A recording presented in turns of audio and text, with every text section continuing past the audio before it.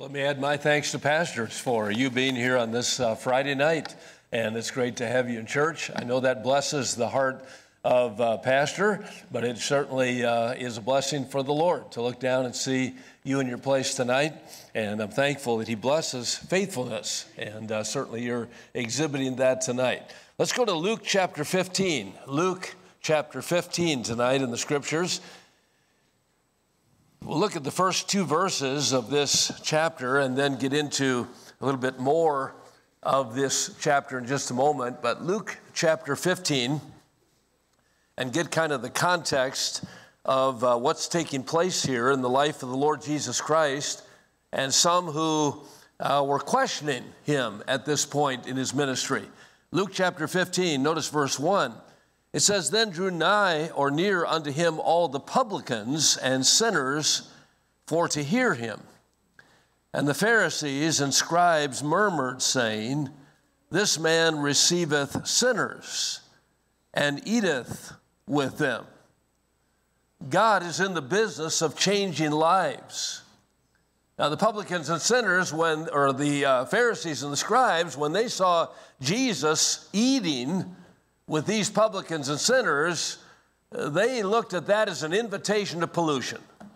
I mean, Jesus had no business being with these lowlifes, these sinners, these outcasts. And they looked at this as an invitation to pollution. But Jesus looked at it as an invitation to potential. He looked at this as an investment in someone's life that could be changed. God's in the change business. The Apostle Paul was rejected by the early church because they saw him as a persecutor.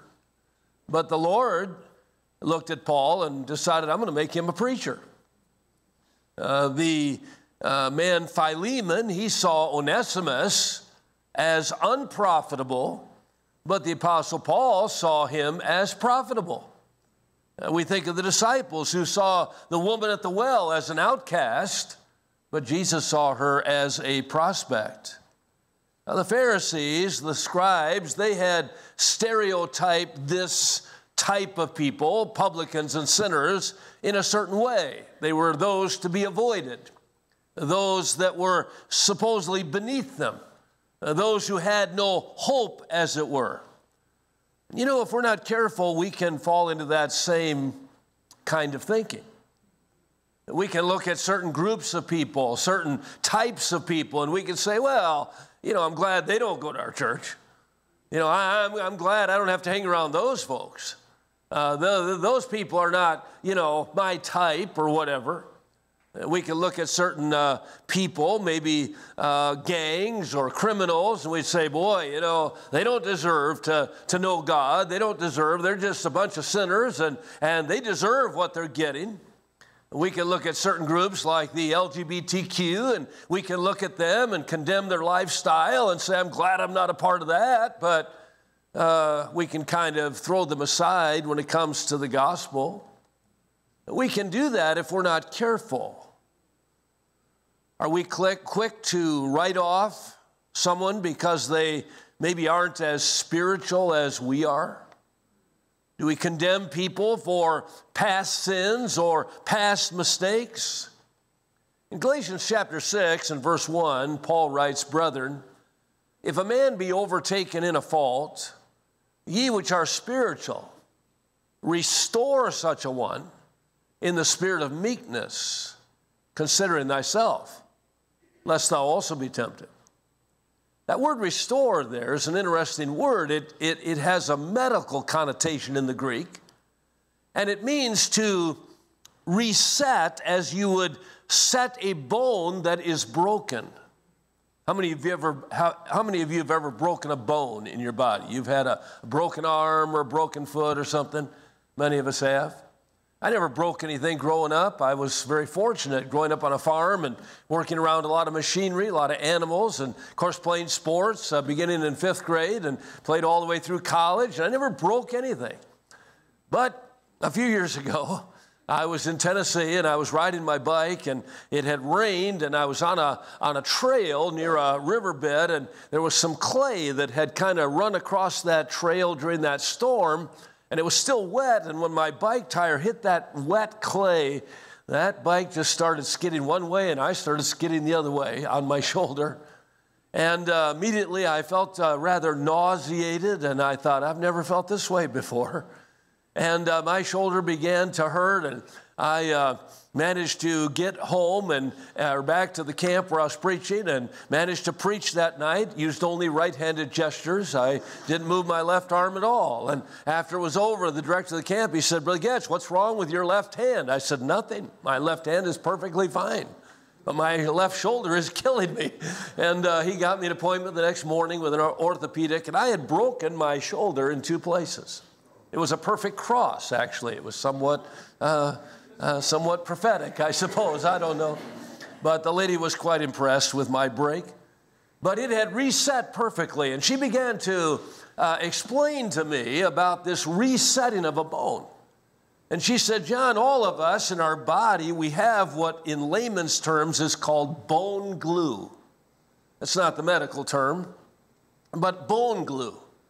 And she said, all of us have that in our body, and if we break a bone, our brain immediately, it's why you felt nauseous, because your body immediately goes into action. And this bone glue is sent to that break in the bone to fill the crack. And your brain immediately orders massive amounts of this stuff. And your body can produce it in a matter of seconds. And the brain sends all of this bone glue to this break. It's why it's very important to get that thing set quickly, because that bone glue will fill that crack, and if it's not set correctly, it can heal wrong. And perhaps you've had a situation like that where the bone has to be rebroken in order to get it set properly. And the reason for that is, she said, the bone glue is so strong that it actually becomes stronger than the bone marrow, so that it's almost impossible to break a bone in the same place twice, because the bone marrow isn't as strong as the bone glue. That's the word here. Now, wouldn't it be something if in a local church, when somebody sinned, instead of all of us rushing to Facebook to spread the gossip, if we would rush to that one who's fallen and fill that crack in their life in such a way that they would actually be stronger after the fall than they were before. Wouldn't that be something? But you see, our natural tendency is not to do that. Our natural tendency when we see a sinner, or the natural tendency when we see a Christian who maybe has broken fellowship or gone astray, is to kind of, we just kind of cast them aside.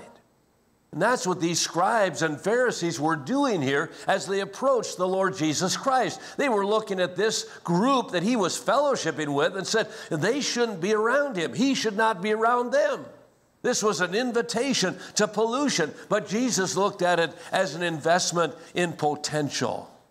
So in response to this, Jesus tells 3 parables, 3 stories about a lost coin.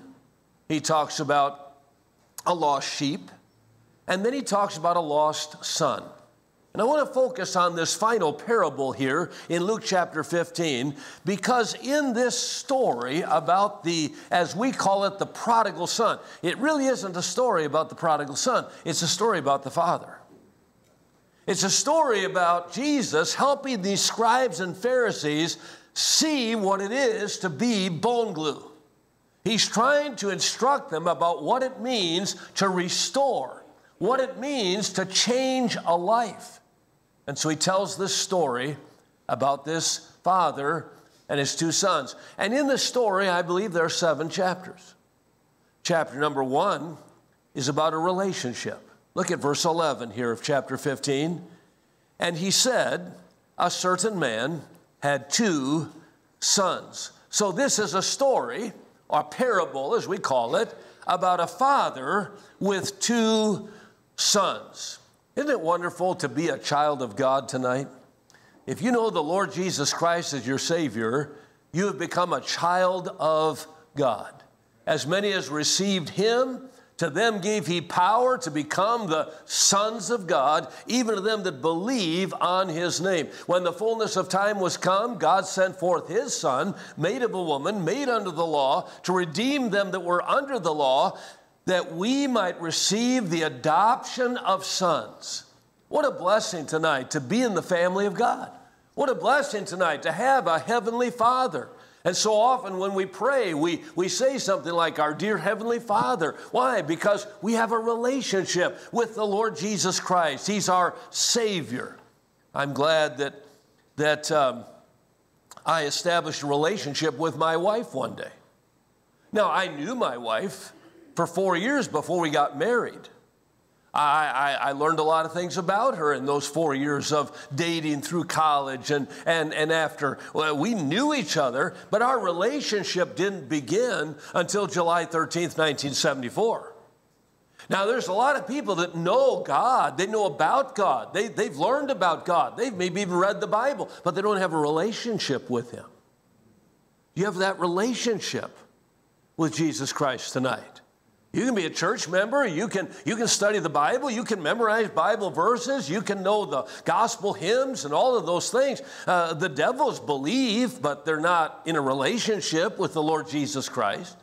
And so it's important that every one of us tonight know that we're a child of God, that we're a son of God, a daughter of God. Here's a relationship. August the 1st, 1967. At the age of 15 at Camp Shatek in northern Wisconsin, I established my relationship with Jesus Christ. Now, I knew about Jesus. I grew up in church. I started going to church 9 months before I was born. And we went every service. Every time the doors were open, we were in church. My dad was a dairy farmer. We had lots of livestock. We had lots of acres of ground to take care of. But when the church doors were open, we were there. We even went when the doors weren't open because my parents were the janitors. We opened the doors. I went to church every Saturday morning and cleaned the church.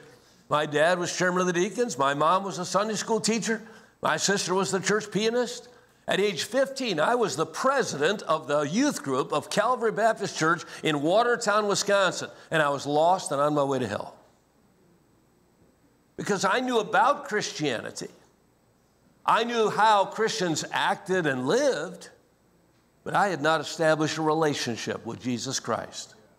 But on August the 1st, 1967, sitting right over here in an auditorium a little bit larger than this, Dr. Eric Folsom from St. Petersburg, Florida, the evangelist that week at camp, stood up and preached on hell. And I remember sitting there thinking, that's where I'm going. I'm a good kid. I go to church. I know Bible verses. I could have quoted John 3:16. I knew all the hymns in the hymn book. I didn't know Christ. But you know, my German pride kicked in that night. And when he gave that invitation, I just couldn't go up there. I thought, what's my pastor going to think? I'm the president of his youth group. I can't go up there and tell people I'm not a Christian. I'm not saved. And so I stayed in my seat. Man, the Lord troubled me all day long the next day. But the next night I went to the service. I sat on this side. I thought, well, maybe the Holy Spirit doesn't speak as loudly on this side as he does this side. I tried this side.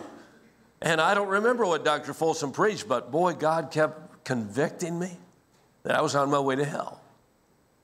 After the service, my pastor got up. He was in charge of the activities and different things at camp. And he said, now, young people, we had an activity planned outdoors tonight, but it's raining. And so we're going to stay in here and we're going to watch a film. Now, young people don't even know what I mean by a film, Film of what, it was a movie, a video, okay? And so they turned on this old projector and they pulled down the screen, and I don't remember a thing about that film. All I remember is the title. There's a new song in my heart. I think it had something to do with music. I remember sitting in that dark room thinking, I'm going to hell. I'm going to hell. And I thought to myself, when this thing ends, I'm going up there. When they give that invitation, I'm going to go up there and I'm going to get saved. I'm tired of this. I don't want to go to hell. And I want to go to heaven. And I know I need to get saved. And so I thought, when this thing's over and they give the invitation, I'm going to walk up there and get saved. I don't care what anybody says or does. And the film ended. And my pastor stood up and he said, well, we've already had an invitation tonight, so I want you to get back to your cabin, get some rest. We'll see you in the morning. Good night. And I thought, well, how do you like that? Oh, now I want to get saved and they won't let me. You know? And all those young people started going out the back door. And I thought, if I walk out of here, I may never get saved. And I turned around. There was a man standing behind me. I didn't know who he was. He was just an adult to me. But his name was Don Foffey. He was a pastor. And I looked at him and I said, sir, could you help me? And I'm sure he saw conviction on the back of my head during the movie In the Dark. I mean, that's how convicted I was. And he said, I'd be glad to help you. And down the aisle we went to a little side room. It was that night that I trusted Christ, and my relationship with Jesus began. Here was a father and two sons. Are you a child of God tonight? It starts with a relationship. But notice into this relationship, chapter 2, comes rebellion. Verse 12, and the younger of them said to his father, Father, give me the portion of goods that falleth to me. And he divided unto them his living. And not many days after, the younger son gathered all together and took his journey into a far country, and there wasted his substance with riotous living. When we get saved, we still have this old sin nature that lives within us, and that old sin nature wants to sin. The old nature says, hey, what am I missing out there in the world? What's out there that I haven't experienced? What's going on? Everybody's having a good time out there. People are having fun, and I seem to be missing something. And here was this young man. He thought, I need to get away. I need to get to the far country. I need to enjoy some of the things that my flesh wants to enjoy. And the world is constantly calling us, isn't it? Whether it's possessions, whether it's pleasure, whether it's power, the world offers all these things to us, and our flesh wants to go that way. Our flesh wants to be drawn into that.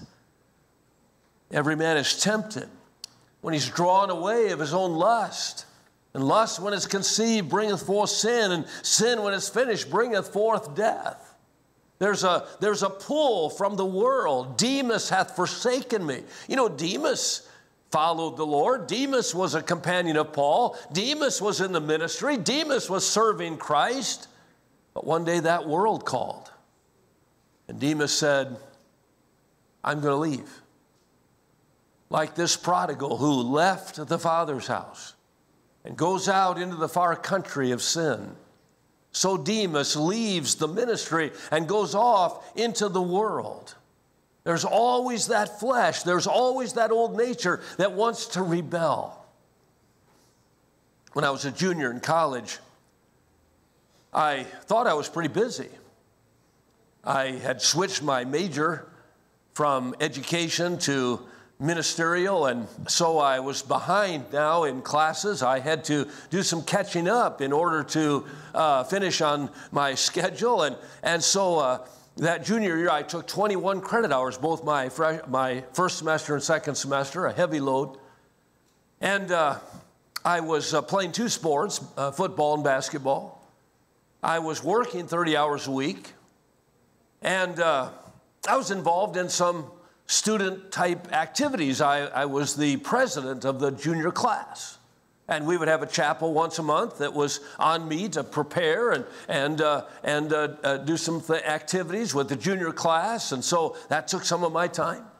I was president of the K-Rook Society, the Preacher Society, and again, we had chapel twice a month and had to plan all those chapels and all of our activities and our intramural sports and all those kinds of things. And then I was president of the Inner Society. The Inner Society was a student group of about 5 that planned all the student activities for the entire student body. We didn't have someone in the administration that planned and ran activities. We ran them as students, and there was an Inner Society that did all that. I was the president of the Inner Society. I was president of the student body.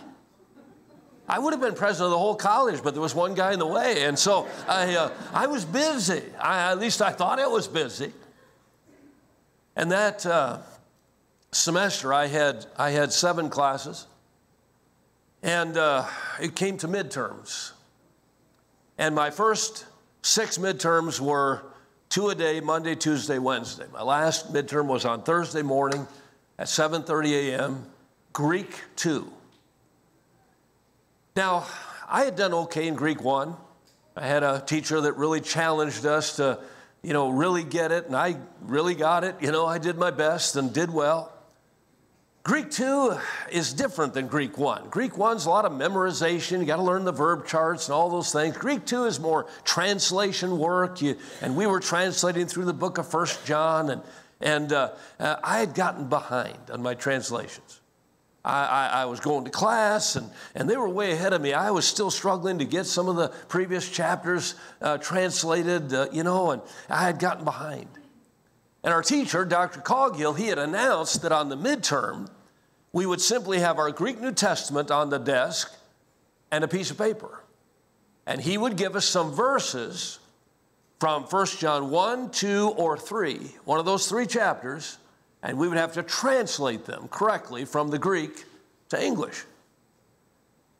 Well, like I said, I was behind on my translations. I didn't have any of chapter 3 done. I had very little in chapter 2 done. And so I had really nothing to study. So I went to a friend of mine. It was Wednesday afternoon. I had a practice that afternoon in football, and so that time was going to be gone. And Wednesday night was church. I had to go to church. I had skipped church once before. That wasn't profitable. And after church, I had work until 2:30 in the morning. And so I thought, there's no time to study. So I went to a friend of mine. His name was Doug, and he was a great student. And Doug and I were friends, and I said, Doug, are you on schedule with your translations? He said, oh, yeah, I'm ready for the midterm. I said, wow, great. I said, could I borrow your translations? I am behind, and I need to study. And he said, sure. And so he gave me his translations for chapter 1, 2, and 3. Well, I quickly headed back to my room with those translations. And I got my Greek New Testament out, and I put those translations on a desk, and I got out my pencil. And I wrote Doug's translation in pencil in between the lines of my Greek New Testament. I was going to cheat because I didn't have time to study.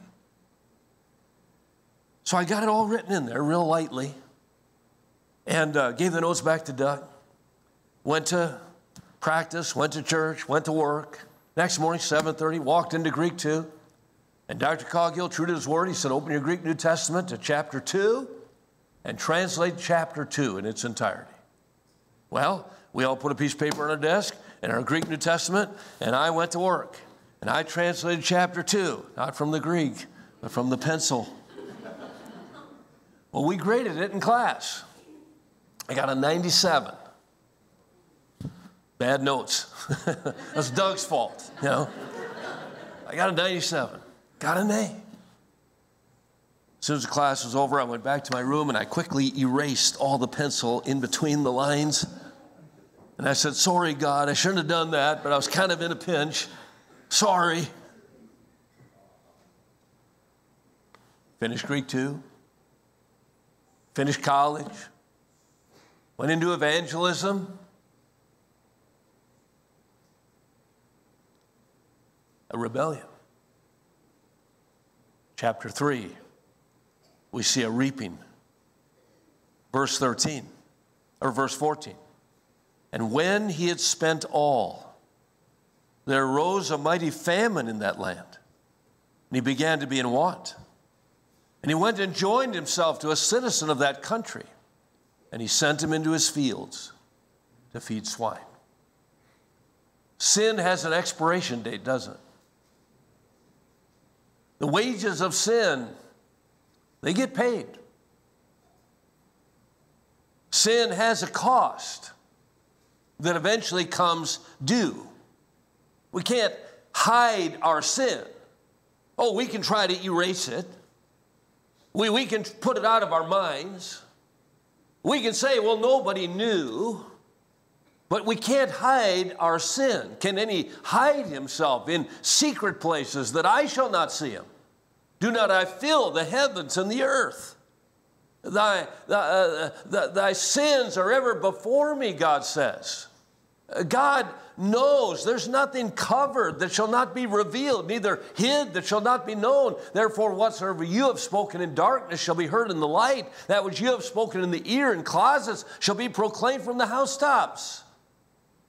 See, there's a way that seems right unto a man, but the end thereof are the ways of death. We can have a relationship and then comes that rebellion, but there's going to come a reaping. Be not deceived. God is not mocked.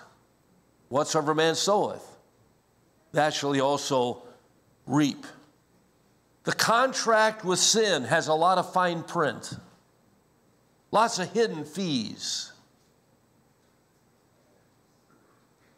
3 years out of college, I was invited to preach a revival at the Woodcrest Baptist Church in Minneapolis, Minnesota. It was a church I knew well. I had served 2 summers there as an intern while I was in college, between my sophomore and junior year, between my junior and senior year. I had served in that church. It was at that church that God called me to preach. It was at that church the following summer that God called me to evangelism. God had done some amazing work in my life through that church. That pastor, Pastor Clark Portman, had been a tremendous mentor in my life for the ministry.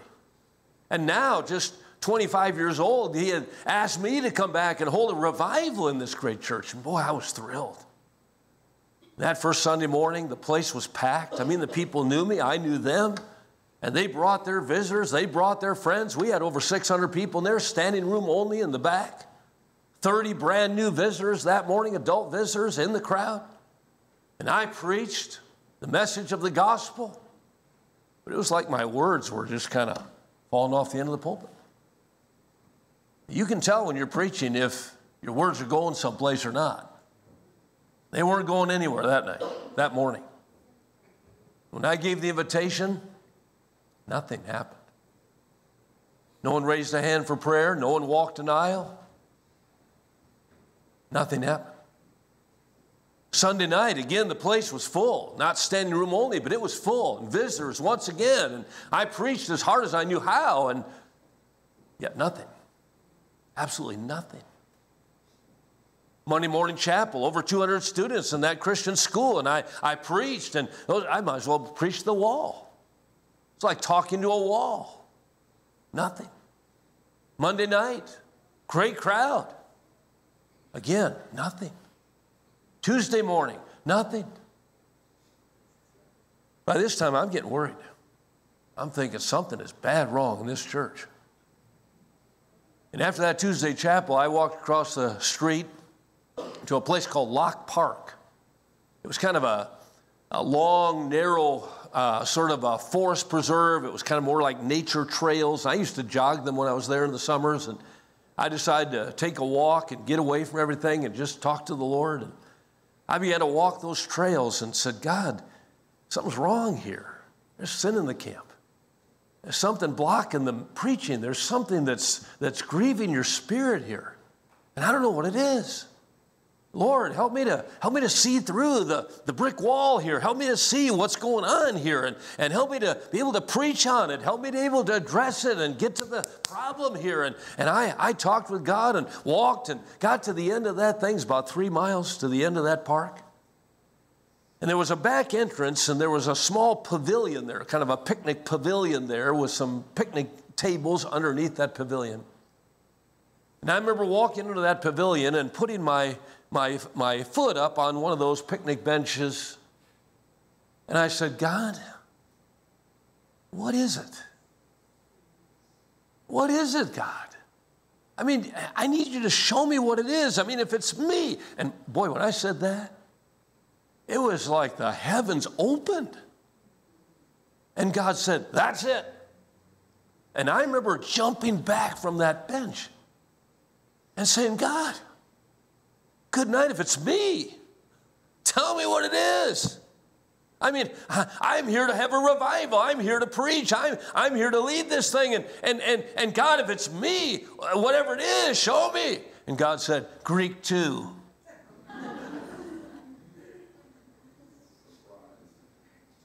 a reaping. Chapter 4, a repentance. Verse 17, and when he came to himself, he said, how many hired servants of my father's have bread enough and to spare, and I perish with hunger? I will arise and go to my father, and I'll say unto him, Father, I've sinned against heaven and before thee, and am no more worthy to be called thy son. Make me as one of thy hired servants. Here's repentance, a change of mind, a 180-degree turn.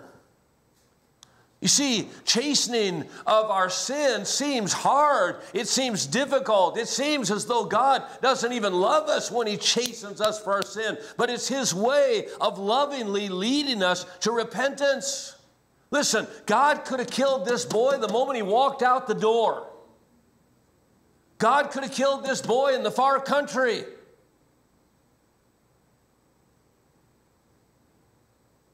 But he says, despiseth thou the riches of his goodness and his forbearance and his long suffering, knowing not that the goodness of God leadeth thee to repentance. God loves us so much. Yes, he will chasten us. Yes, he will remind us of our sin. But God does it because he's in the restoration business. He's in the business of changing our life. Do you know that God loves the Laodicean church? He loves the Laodiceans. Now, it doesn't sound like that in the first part of that letter. I know thy works, that thou art neither cold nor hot. I would that thou wert cold or hot, but because thou art lukewarm, I will spew thee out of my mouth. That word spew literally means to regurgitate, to vomit. I mean, the sin of these Laodiceans, their apathy, their indifference had made God sick. But I read verse 19 where he says, as many as I love, I rebuke and chasten. Be zealous, therefore, and repent. Behold, I stand at the door and knock. You see, God loves the Laodicean. God loves you tonight. You may think, hey, I've walked away. I've taken too many steps away from God tonight. No. You're not too far away to come back.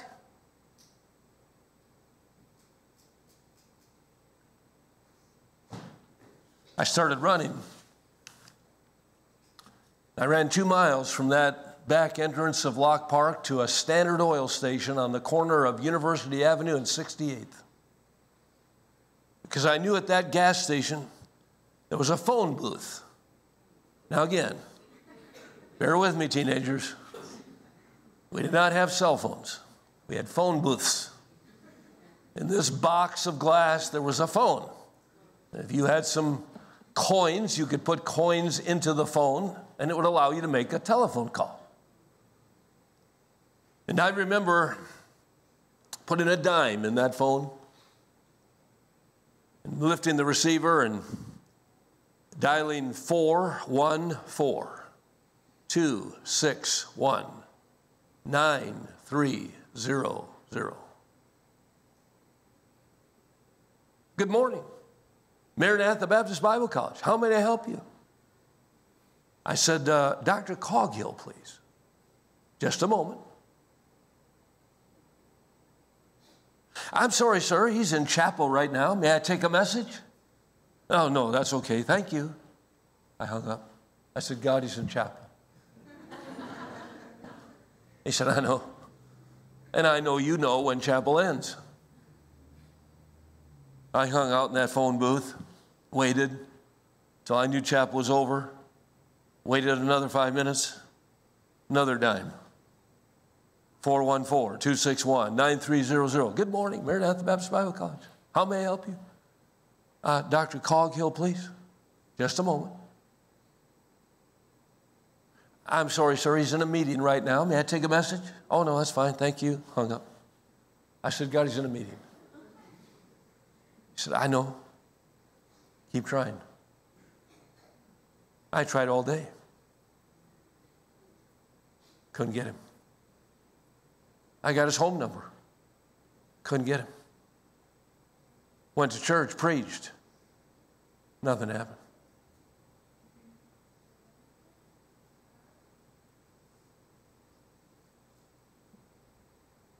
But I want you to see 5th chapter, a return. In verse 20, he arose and came to his father.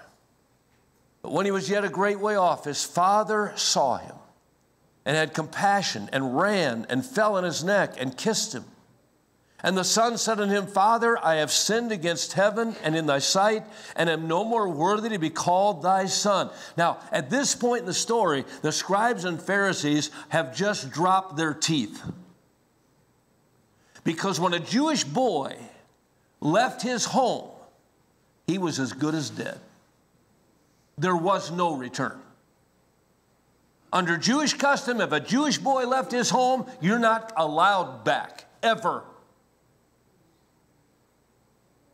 And you see, that was the attitude of these scribes and Pharisees.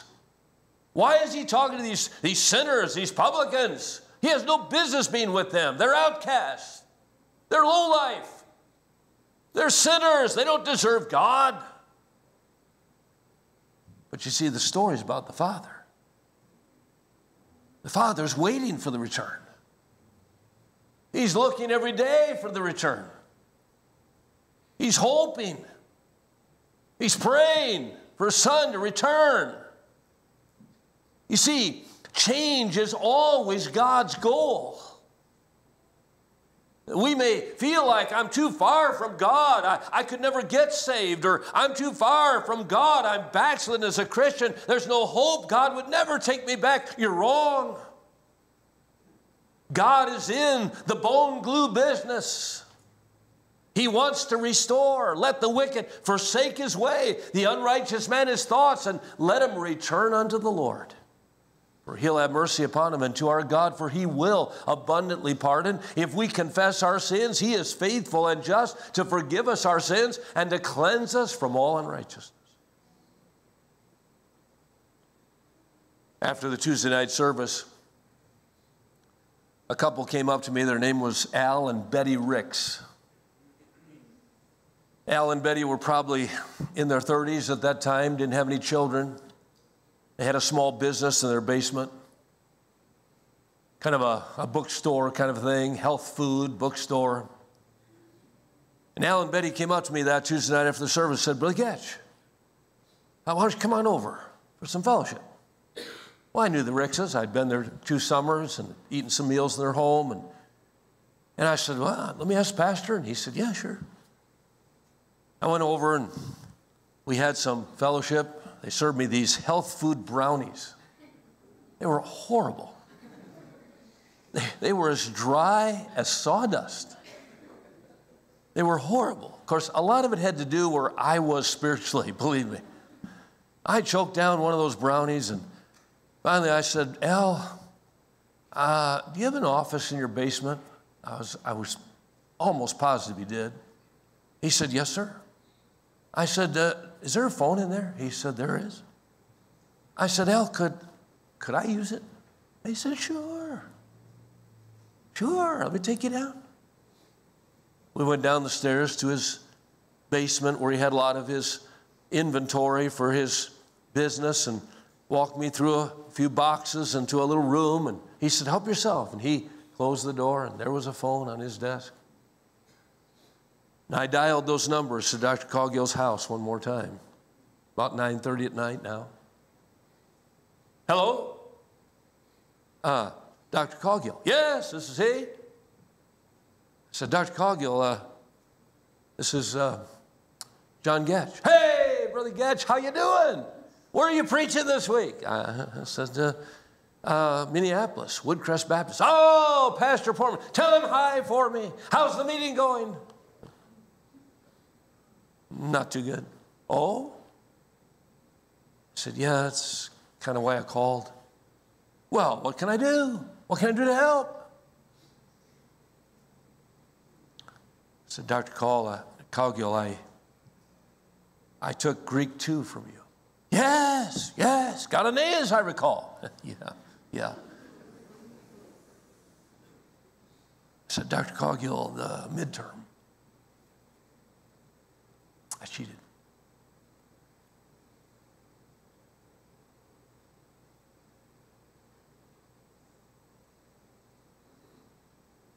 I want to skip ahead a little bit in the story to chapter 6. We see a resentment. In verse 22, the father said to his servants, bring forth the best robe and put it on him, and put a ring on his hand and shoes on his feet, and bring hither the fatted calf and kill it, and let us eat and be merry. For this my son was dead and is alive again. He was lost and is found. And they began to be merry. Now his elder son was in the field, and as he came and drew near to the house, he heard music and dancing, and he called one of the servants and asked what these things meant.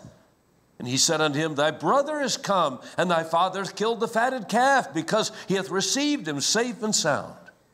And he, the elder son, was angry and would not go in. Therefore his father came out and entreated him. And he answering said unto his father, lo, these many years do I serve thee, neither transgressed I at any time thy commandments. And yet thou never gavest to me a kid, that I may make merry with my friends. But as soon as this thy son was come, which hath devoured thy living with harlots, thou hast killed for him the fatted calf. A resentment. An unwillingness to restore. A Jonah syndrome. Oh, I knew what you would do, God. I knew. That's why I didn't want to go. Nineveh didn't deserve you, God. They didn't deserve forgiveness. They are wicked. They deserved your judgment. I knew you'd forgive them. The Jonah syndrome. They didn't suffer enough. They didn't get just due. He should never be allowed back, Dad. This isn't according to custom here. He left. He forfeited his inheritance. He wasted it. He doesn't deserve anything. You see, the elder son had stereotyped his brother forever. Well, I'm glad God doesn't treat us that way. I'm glad God doesn't treat sinners that way. He, God, hath made him, Jesus, to be sin for us, who knew no sin, that we might be made the righteousness of God in him. Therefore, as by the offense of one, Adam, sin entered into the world, and condemnation, judgment came upon all men to condemnation. Even so, by the righteousness of one, Jesus Christ, the free gift came upon all men unto justification. Justification, just as if we had never sinned. Repentance brings justification with God and removes our sin as far as the east is from the west, behind his back, never to be remembered. Isn't it interesting how we want to remind God of sin that he has forgotten in somebody else's life? Oh, we're glad our sins are forgiven. We're glad our sins are removed as far as the east is from the west. We're glad God doesn't remember our sins anymore. But we like to remind God of everybody else's. Resentment. There was a long pause on that phone that night. It seemed a lot longer than no doubt it was. Dr. Coggill said, I'll be in touch.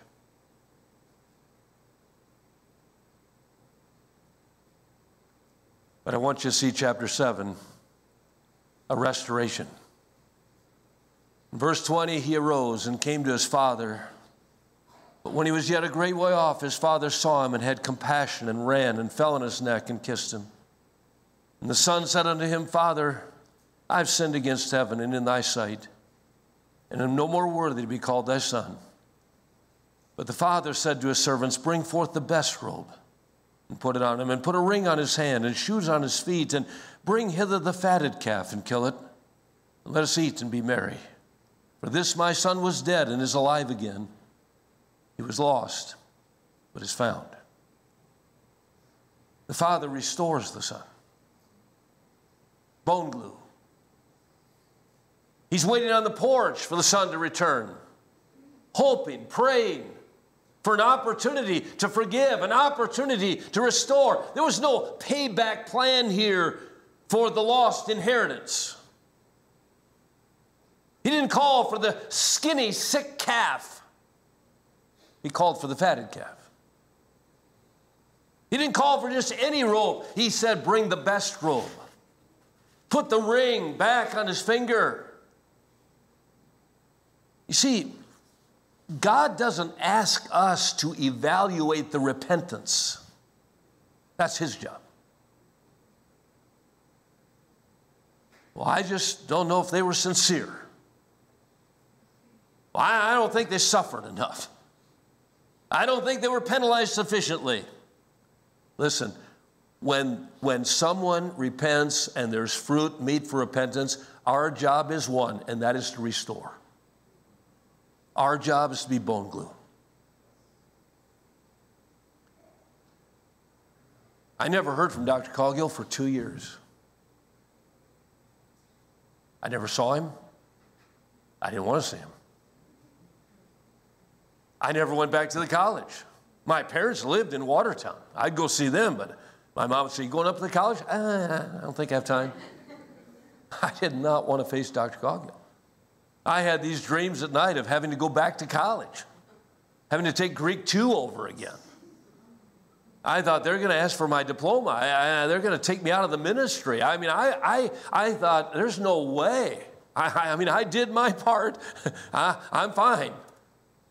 By the way, I walked up those stairs in Al Ricks's house that night. That burden was gone. Next morning, I went in Wednesday morning, preached in chapel. I preached 15 minutes. Invitation went 90. 90-minute invitation. Young people getting saved, young people getting right with God. Before that thing ended, they were calling their parents. Parents were coming, they were leaving work, coming to church to see what was going on. By the end of that invitation, parents were walking out. They didn't even hear me preach. That kind of upset me. You know? Getting right with God, hadn't even heard a sermon. That night, I preached 10 minutes. Wednesday night, I preached 10 minutes. God was saying, hurry, hurry, hurry, get out of there. I want to work. The invitation went nearly 2 hours. That thing busted open. Every time I go to Minneapolis, people come up to me and say, remember that revival in 1977? I was there.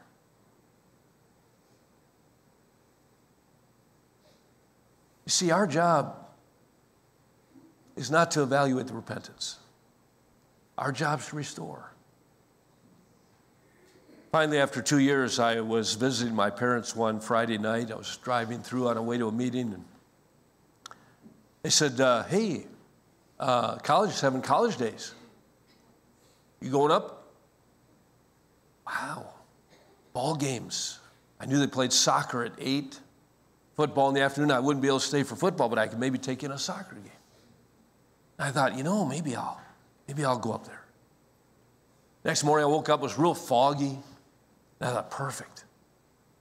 I drove to the campus, parked on the street, went to the soccer field, to the end of the soccer field where nobody ever stood or watched from. It was foggy.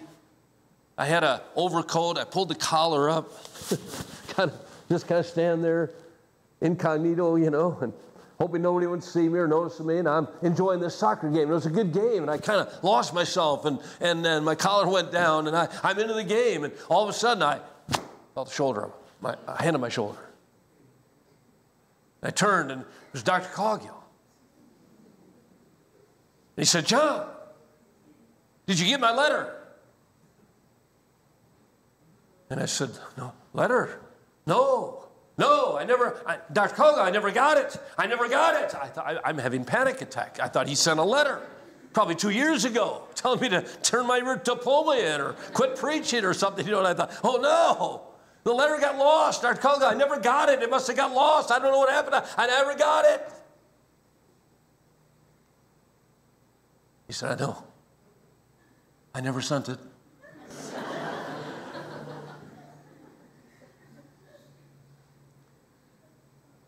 When Dr. Coggill was 90 years old, I was preaching in his church in Virginia Beach, Virginia. And he met me at the back after the service. Tears in his eyes, put that hand on my shoulder, not quite as hard as he had on that soccer field that morning. He put his hand on that same shoulder. Tears right down his face. He said, John, I pray for you every single day. God will use you. Bone glue.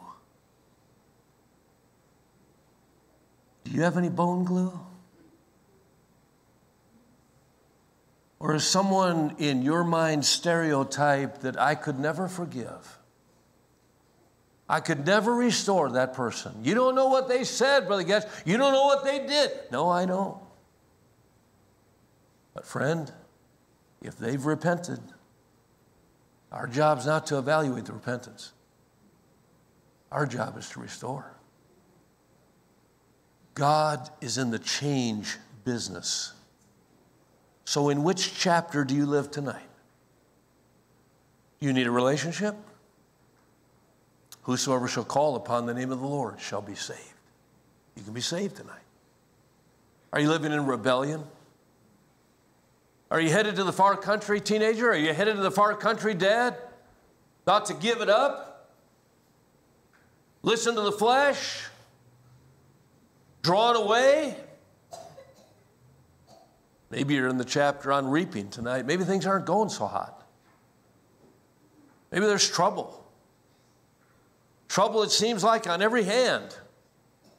There's a reaping. But there can be a repentance. God waits for repentance. And there can be a return. And there can be a restoration.